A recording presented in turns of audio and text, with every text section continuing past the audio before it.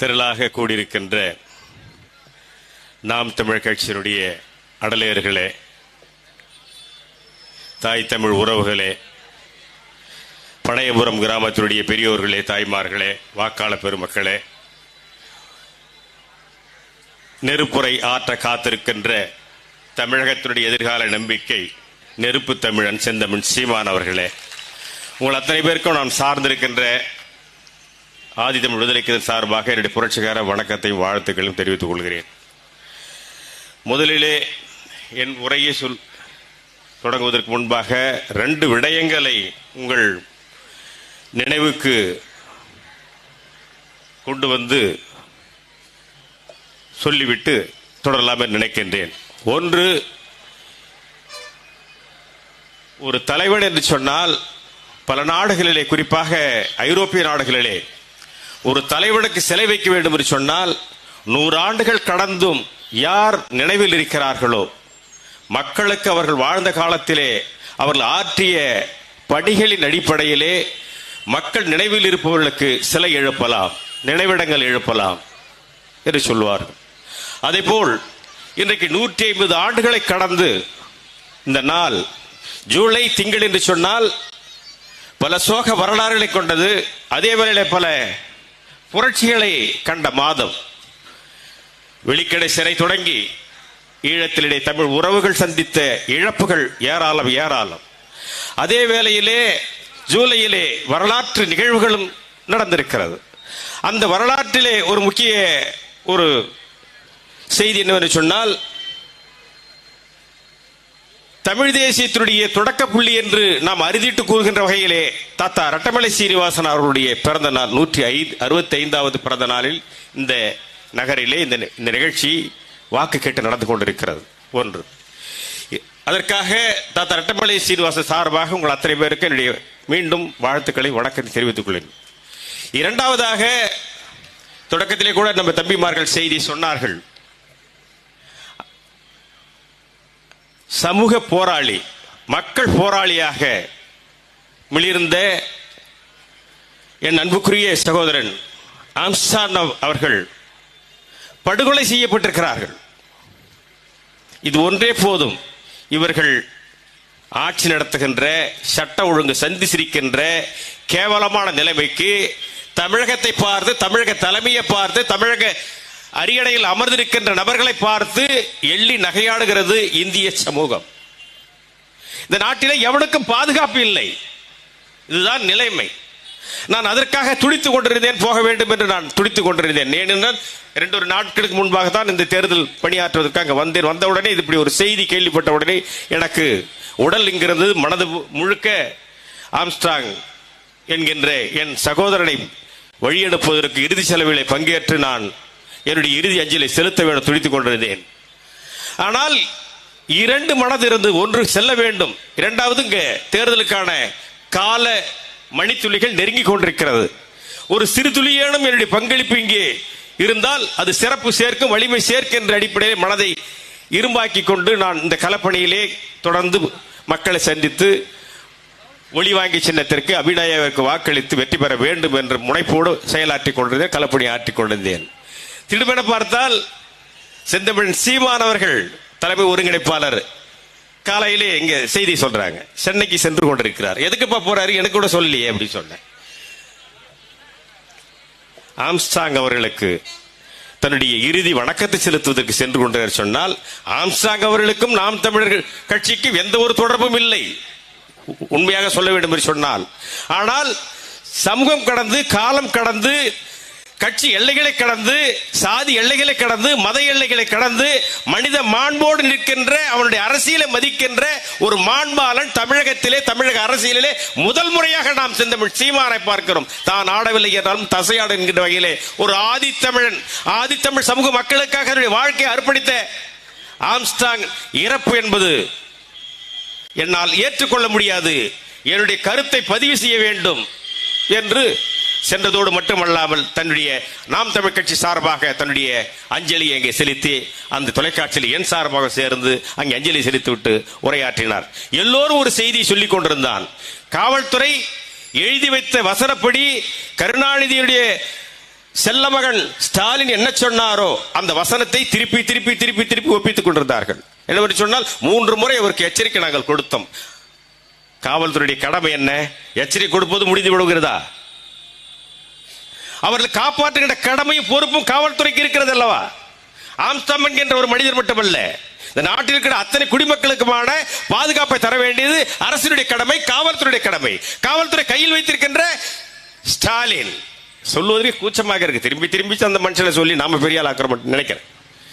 ஒரு தகுதியும் இல்லாம ஒரு தத்தியை வைத்துக் கொண்டு தமிழ்நாட்டுடைய சட்ட ஒழுங்கை சந்தி சிரிக்குது. ஒரு தமிழ்நாட்டுடைய ஒரு தேசிய கட்சியுடைய தலைவன், தேசிய கட்சியுடைய மாநில தலைவர், பிஎஸ்பி தலைவர் ஆம்ஸ்டாங் என்கின்ற ஒரு மகத்தான மனிதநேய பண்பாளரை காப்பாற்ற முடியவில்லை என்று சொன்னால் சராசரி மனிதனுடைய நிலைமை என்ன? யோசித்து பாருங்கள். அப்ப யாருக்கு பாதுகாப்பு இருக்கும்? எங்களுடைய பாதுகாப்பை நாங்களே தீர்மானிக்க வேண்டும் என்று சொன்னது நாட்டிலே சட்டம் ஒழுங்கு சரியாக இருக்குமா? கடந்த 6 மாதங்களில் ஜனவரி தொடங்கி இன்று ஜூன் வரையிலே சற்றேறக்குறை 458 படுகொலைகள் நடந்திருக்கிறது. காவல்துறை குற்ற பதிவேடுகளே பதிவாக இருக்கிறது. 500 நோக்கி சென்று கொண்டிருக்கிறார்கள். இந்த மாதத்தில் நடந்துவிடும் என்று நினைக்கிறேன். இப்படி ஒரு ஆட்சி, அலங்கோல ஆட்சி தேவையா? ஏதோ பாரதிய பிஎஸ்பிக்கு மட்டும் அல்லது ஆம்ஸ்டாங் மட்டும் இந்த நிலைமை அல்ல. நான் சில நேரங்களில் கவலைப்படுகிறேன். தமிழ் சமூகம் இன்றைக்கு ஓர்மையாகி ஒரு தலைமையின் கீழ், ஒரு லட்சியத்தின் கீழ் அணியமாகி கொண்டிருக்கிறது சொன்னால் சீமான் என்கின்ற ஒற்றை மனிதனுடைய புள்ளியை நோக்கி நகர்ந்து கொண்டிருக்கிறது. அந்த மனிதரை காக்கின்ற கடமை இந்த காவல்துறைக்கு, தமிழக அரசுக்கு கிடையாது, நமக்கு தான் இருக்கிறது. நம்முடைய கண்ணின் மணியாக காக்க வேண்டிய கடமை எனக்கு அச்சம் இருக்கிறது. செந்தமிழ் சீமான் என்கின்ற ஒரு ஆற்றலாளன் நீங்க இல்லை என்று சொன்னால் நினைத்து பார்க்கவே நெஞ்சம் நடுங்குகிறது. ஏன் நடுங்குகிறேன் சொன்னால் கடந்த சில மாதங்களாக பாருங்கள், தொடர்ந்து கட்சி தலைவர்கள் கொல்லப்படுகிறார்கள். நெல்லையிலே காங்கிரஸ் பேராய கட்சியுடைய மாவட்ட தலைவர் கொல்லப்படுகிறார். அதற்கு என்ன விடை உண்டா? கூட்டணி கட்சியில் இருக்கக்கூடிய விசியா கட்சியுடைய மாவட்ட செயலாளர் மயிலாடுதுறையிலே கொல்லப்பட்டிருக்கிறார் சில நாட்களுக்கு முன்பாக. விடை உண்டா? வேங்கவயலிலே மலத்தை கலந்தான், குடிநீரிலே மலத்தை கலந்தான். உலகம் காரி துப்புகிறது. மழை தண்ணீரை குடித்து விட்டு வெல்லவும் முடியாமல், விழுகவும் முடியாமல் நடைபெறமாக நடந்து கொண்டிருக்கிறார்கள் மக்கள். இந்த நாட்டிலே சட்டம் இருக்கிறது, சர்க்கார் இருக்கிறது, காவல்துறை இருக்கிறது, நீதித்துறை இருக்கிறது, அலங்காரத்திற்கு இருக்கிறது. கண்டுபிடிப்பு அவருக்கு தகுதி இருக்கிறதா? திறமை இருக்கிறதா? மனசாட்சி இருக்கிறதா? இப்படியெல்லாம் இருந்தால் இவர்களை யாரை நம்புவது? எப்படி உனக்கு ஏதோ தப்பி தவறி ஆட்சி பொறுப்புக்கு வந்துவிட்டது காரணத்திற்காக ஒரு துளியளவும் சொல்ற இல்லாமல், அந்த காலத்திலே நீங்கள் நாடகங்கள் பார்த்திருப்பீர்கள். ஒரு மகாராஜா வேடம் போட்டவன் வந்து நிற்பான். யார் எங்கே என்று சொல்லுவான். உடனே அங்கே ஒரு பப்புன் வந்து நிற்பான். ஐயா சொல்லுவான். மாதம் மும்மாறி பொழிந்ததா? அட முண்டமே, மழை பெய்தா வெயில் அடிக்க தெரியாம ஒரு மந்திரி, நீ அமைச்சரே, நீ அரசனா இருந்திருக்கிறியே அப்படி நம்ம கேள்வி பேசுவோம். அப்படிப்பட்ட கேவலமான நிலைமை தான் தமிழ்நாடு நடக்குது. தமிழ்நாட்டில் சட்டம் ஒழுங்கு எப்படி இருக்குது? மழை பெஞ்சா, வெயில் அடிச்சா, விவசாயி செத்தானா, குடிகார செத்தானா, இதுல கவலை கிடையாது. எத்தனை டாஸ்மாக்ல எத்தனை கோடி கலெக்ஷன் ஆகிருக்குது. அப்ப இந்த அரசை பற்றி சொல்லணும் சொன்னா அளவுகோல் சொன்னால் 5 சீல் அடைக்கலாம். நீங்க 5 சீனா வேற நினைச்சுக்காதீங்க. Corruption, collection, commission, crime, contract. இதுக்கு எல்லாத்துக்கும் சேர்ந்து ஒரு டெண்டர். எல்லாத்துக்கும் ஒப்பந்தம் தான். கொலை பண்றதுக்கு ஒப்பந்தம், கமிஷன் வாங்குறதுக்கு ஒப்பந்தம், கலெக்ஷன் பண்றதுக்கு ஒப்பந்தம். ஆக ஒரு டெண்டர் கவர்மெண்ட் நடந்து கொண்டிருக்கிறது. இந்த டெண்டர் கவர்மெண்ட் தம்பிக்கு சொன்னீங்க 520 வாக்குறுதி கொடுத்து ஆட்சி பொறுப்புக்கு வந்தான்னு சொல்றீங்களே, அந்த ஆளுக்கு மறந்து போச்சு. நேத்து என்ன சாப்பிட்டு கேட்டா இன்னைக்கு தெரியாது. அப்படிப்பட்ட நிலைமையில் இருக்கக்கூடிய இந்த நேரத்தில் தான் இங்க ஒரு இடைத்தேர்தல் வந்திருக்கிறது. இந்த இடைத்தேர்தல் என்பது அவர்கள் எடை போட்டு பார்க்கின்ற தேர்தல், உரசி பார்க்கின்ற தேர்தல்.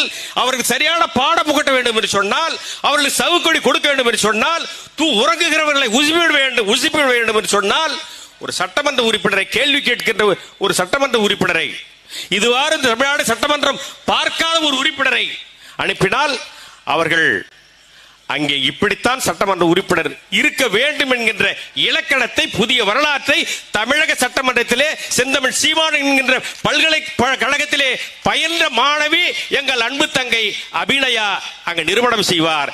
எதிர்க்கட்சிகள் வெளிநடப்பு செய்கிறார்களோ இல்லையோ, ஆனால் அங்கிருக்கின்ற ஆளுங்கட்சியர்கள் கண்ணையும் காதையும் மூடிக்கொண்டு துண்டை காணாம் துணியை காணாம் என்று ஓடுகின்ற நிலைமையை உருவாக்கும். ஓஹோ, சட்டமன்ற உறுப்பினர் என்று சொன்னால் இப்படித்தான் இருக்க வேண்டும் என்கின்ற படிப்படை அவர் கற்றுத் தருவார். அதற்கு நாங்கள் உத்தரவாதம் தருகிறோம். ஏதோ சிறுபிள்ளை மாதிரி இருக்கிறது என்று நீ நினைக்கலாம். ஆனால் ஒரு சின்ன தீக்குச்சி தான் காட்டை இருக்கிறது. அது தழலாக இருக்கின்ற வரை ஒளியாக இருக்கும். அது பற்றி பரவினால் ஒரு காட்டையை எரிக்கும். அந்த வகையிலே ஒரு தீக்குச்சியாக, ஒளி பிழம்பாக, ஒளி சுடராக எங்கள் அன்பு தங்கையை நாம் தமிழ் கட்சியுடைய பிரதிநிதியாக செந்தமிழ் சீமான் பாசறையில் பயின்ற இந்த ஒரு போராளியை நாங்கள் அந்த சட்டமன்றத்துக்கு அனுப்புகிறோம். அன்பு தம்பிமார்களே, தாய்மார்களே, பெரியோர்களே, உங்களை அன்போடு நான் கேட்டுக்கொள்கிறேன். வருகின்ற 13ஆம் தேதி, தேர்தலுக்கு பிறகு 13ஆம் தேதி நிச்சயமாக நான் நம்புகிறேன் மக்களோடு பேசிய வகையிலே தமிழகம் ஒரு அதிர்ச்சியை சந்திக்கும். தமிழகத்திலே நாம் தமிழ் கட்சிக்கு ஒரு இன்ப அதிர்ச்சியை கொடுப்பார்கள் என்று நினைக்கிறேன். எந்த உறுதியின் அடிப்பிலே சொல்லுகிறேன் சொன்னால், தமிழ்நாட்டிலே இந்த இடைத்தேர்தல் அறிவித்த பிறகு பிரதான எதிர்க்கட்சி அதிமுக இல்லாமல் ஒரு தேர்தல் நடக்கிறது. எவ்வளவு பெரிய கேவலம்! உங்களுடைய யோக்கியதை தெரிந்திருக்கிறது. களத்திலே நீங்கள் நியாயமாக நடந்து கொள்ள மாட்டீர்கள், அயோக்கியத்தை செய்வீர்கள், அடாவடி செய்வார்கள், வம்படி செய்வீர்கள், வன்முறையை விளைவிப்பீர்கள் என்று விலகிக் கொண்டார்கள். ஏன் விலகிக் கொண்டார்கள் என்று சொன்னால், அடுத்து விஜயகாந்த் தேமுதிகவும் விலகி இருக்கிறேன் சொன்னால், நாமெல்லாம் இவனுக்கு ஈடு கொடுக்க முடியாது, இந்த சண்டியனை எதிர்கொள்ள வேண்டும் என்று சொன்னால் சரியான போராளிகள் செந்தமிழ் சீமான் தலைமையிலான நாம் கட்சி தமிழர் கட்சியுடைய பிள்ளைகள் அங்கே களத்திலே சவுக்கொடி கொடுப்பார்கள். எங்கள் குரலாக நீங்கள் ஒளியுங்கள் என்கின்ற அடிப்படையில் தான் நம்மை பிரதிநிதியாக ஆக்கியிருக்கிறார்கள். ஆக அத்தனை வாக்குகளும் ஒளி வாங்கி என்று சொல்லுகின்ற மைக் சின்னத்திலே வருகிற 10ஆம் தேதி நிச்சயமாக அளிப்பார்கள். அந்த நம்பிக்கை எனக்கு இருக்கிறது.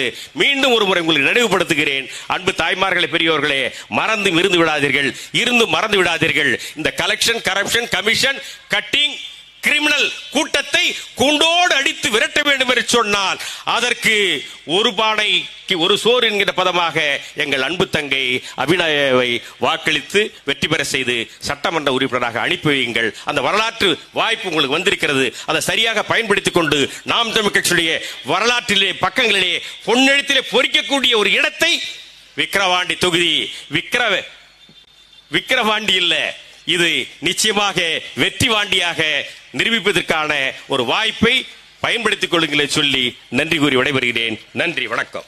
அடுத்ததாக விக்கிரவாண்டி தொகுதியின் வெற்றி வேட்பாளர் மருத்துவர் அபிநயா பொன்னிவளவன்.